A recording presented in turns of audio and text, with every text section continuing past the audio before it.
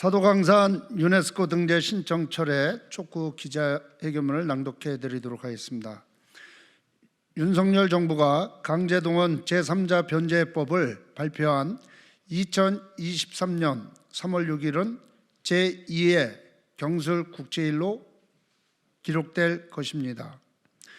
강제동원 제3자 변제법은 일본 정부의 진정한 사죄도 없고 일본 전범 기업이 대한민국 대법원 판결에 따라 지급하여야 할 배상금 내용도 빠져있는 굴욕 외교이며 국민의 동의도 받지 못한 채 날리는 공수표에 불과합니다. 이미 우리 국민은 지욕적인 합의 내용을 단호히 거부하며 분노하고 있습니다.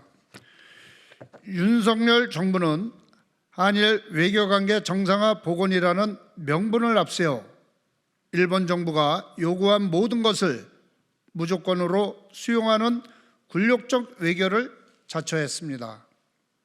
이는 우리 국민이 간절하게 요구해온 한일 간의 진정한 의미의 파트너십과 오히려 멀어지는 것입니다. 바로잡지 못한 한일 역사 문제를 묻어버리고 수많은 독립운동가와 위안부 할머니 780만 강제징용 피해자들의 눈물을 한순간에 묵살하고 있습니다.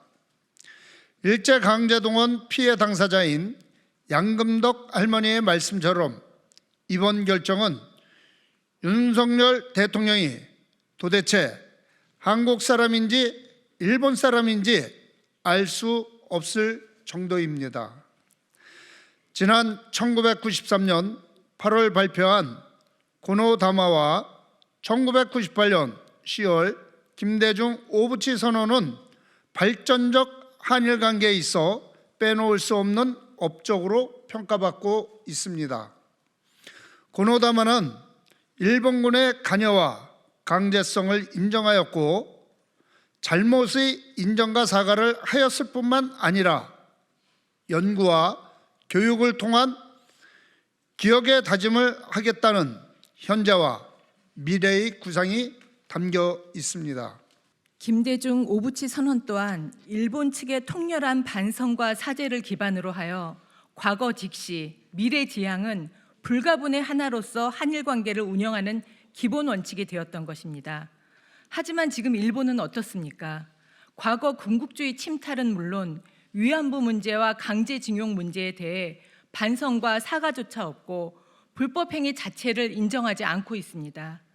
일본은 과거 직시, 미래 지향이라는 기본 원칙을 위반하고 있으며 2018년 우리 대법원이 결정한 강제 동원에 대한 전범 기업의 불법행위에 따른 손해배상 책임마저 무시하고 있습니다.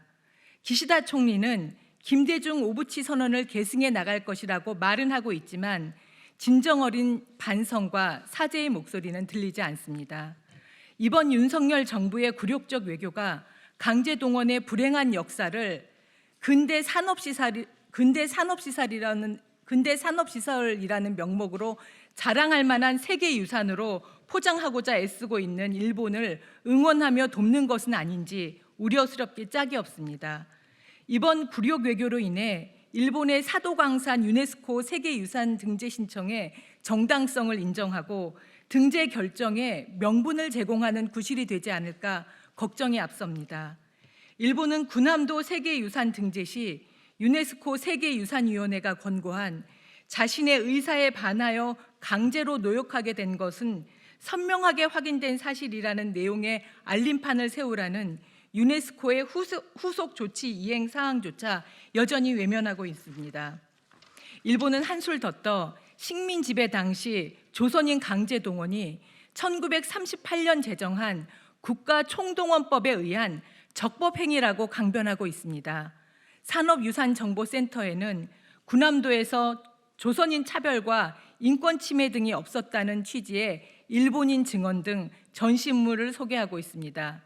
조선 사람도 일본인도 다 같은 일본 국민이었으니 조선 사람이라서 차별은 없었다는 것입니다. 이런 해괴한 궤변을 어찌 묵과할 수 있겠습니까? 다시 한번 윤석열 정부와 일본에 강력히 촉구합니다. 윤석열 정부는 우리 대법원 판결을 무시한 제3자 변제 방식의 강제동원 피해자 배상 방안을 즉각 철회하라. 일본 정부는 군함도 관련 홍보시설에 강제 노역 사실을 표시하는 유네스코 권고 사항을 즉각 이행하고 사도광산 유네스코 등재 신청과 등재 시도를 즉각 중단하라.